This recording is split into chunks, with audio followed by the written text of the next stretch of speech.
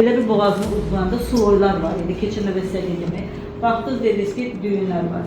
Onu mənə Bakıda da 4 dənə düyün demişdilər. Amma o düyünlər elə bir ki, hər il analiz verirəm, böyüyür. Eyni boyda da. Yəni keçirsən uzidən böyüyür, ölçüsü qalıb. Eyni zamanda hormonlarda da dəyişiklik yoxdur. Teyit edir, TSH hormonu normaldır.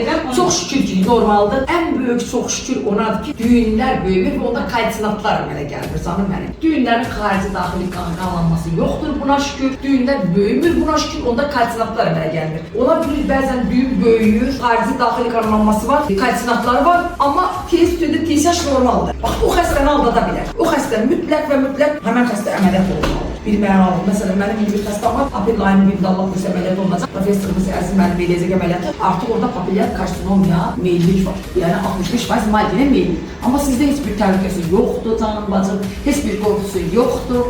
Yəni hər şey gözəldir.